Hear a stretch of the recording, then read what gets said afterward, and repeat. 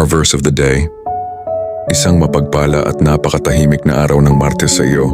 Sa gitna ng ingay, takbo at bilis ng mundo ngayon, madalas nakakalimutan nating huminto sandali. Kung ang isip mo ngayon ay nag-aalala, napapagod sa kakaisip sa kinabukasan, o parang gulong-gulo sa mga nangyayari, paalala sa atin ngayong araw na hindi natin kailangang pasanin ang lahat. Minsan ang pinakamagandang diskarte ay hindi ang magmadali, kundi ang maupo, huminga ng malalim, at hayaang ang Diyos ang kumilos sa buhay natin. Dahil nasusulat nga sa Psalm 46:10, "Be still and know that I am God." Tayo ay manalangin.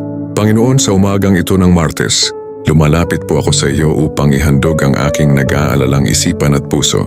Patawarin mo po ako sa mga sandaling pilit kung kinokontrol ang lahat ng bagay gamit ang sarili kong lakas. Ngayong araw tinatanggap ko po ang iyong paanyaya na mapanatag at tumahimik. Nagtitiwala ako na ikaw ang Diyos na may hawak ng aking buhay, ng aking pamilya, at ng aming kinabukasan. Ipagkaloob mo po sa amin ang kapayapaan na higit sa anumang pagkaunawa. Amen. Kaya ngayong Martes, dahan-dahan lang at huwag mong i-stress ang sarili mo. Bitiwan mo muna ang mga bagay na hindi mo kayang kontrolin at magtiwala ka na may plano ang itaas.